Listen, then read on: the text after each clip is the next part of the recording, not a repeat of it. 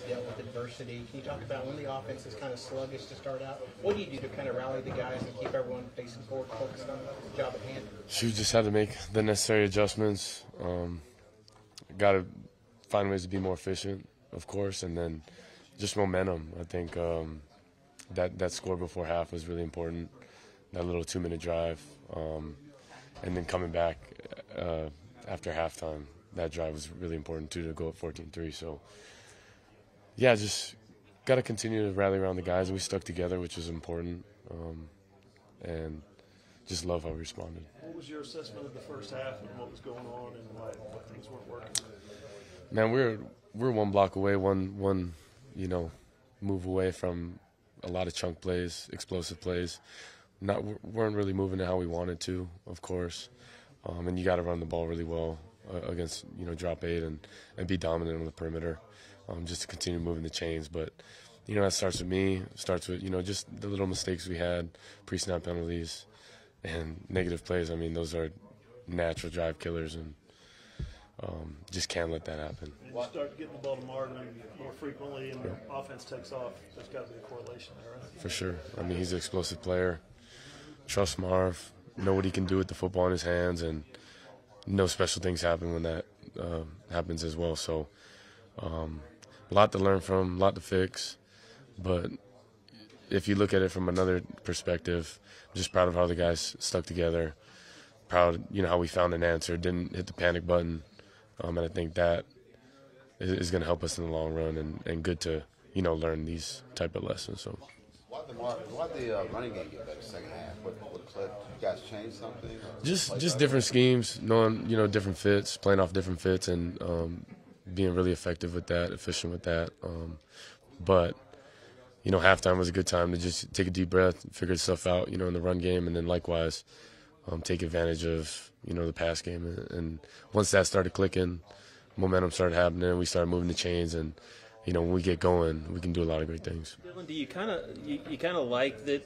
This offense, you struggled. I mean, you didn't have many rushing yards at halftime. Maybe you had 0 or 7, something like that. But that you had to kind of go through that with this group, this team with Coach Levy, like kind of figuring this out. Like, how do you react in those kind of situations, and how does that make you guys better? I guess. I think we reacted really well, although it didn't seem like it during the first half. And of course, there was a lot of adversity with not moving the chains or not converting on third down. I think when we go back to the phone, just being able to talk through the drive, really make adjustments, and then talk to the guys and have mature conversations, staying calm. I think that just showed how mature of a team we are.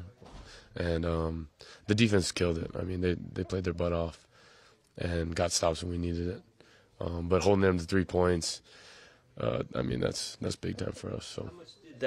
Does that relationship with Marvin play out? Like, does he come to you and say, hey, you can lean on me, I'll make a play for you, and then that just kind of sprouts to everybody else, like when Drake makes the touchdown, when he loses a cleat and everything? I think it's trust. I think it's also big that we got a bunch of guys who can do a bunch of things. And, obviously with Marvin, when he gets the ball in his hands, he does a lot of special things, and he's very talented.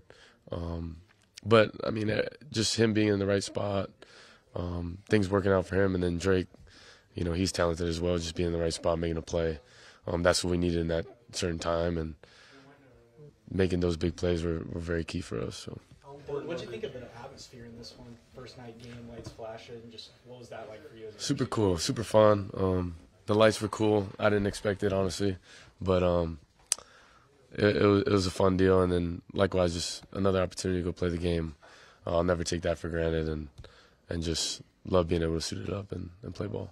Was it cool seeing Daniel Parker get out there and make a couple catches? For sure. What does he add to the offense? Just adds another grown man. Guy does a lot of great things in the run game, and then likewise just a true selfless team player. And you need that on your team, and having someone that can kind of tag team with B-Will. I mean, that's huge for both of them. You guys wear it all. It's kind of a weird day. I mean, A&M lost, Notre Dame lost. A&M lost. Yeah. Oh. I mean, Gotcha. you didn't know that. I didn't Just know. all the weird upsets or close upsets. You guys are aware of that at all. You just can't take this game for granted. You can't go in just expecting, because we're Oklahoma, to walk in a game, or because you're any, team. that's why we play the game, you know, and you got to go out and prove it every single week. That's the beauty of it. But shoot, we'll never take a win for granted. Just got a bunch of things to fix and clean up, especially on my end. But I mean, that's the beauty of it too. You know, we come out with the win and go from there. Fourth down attempts today.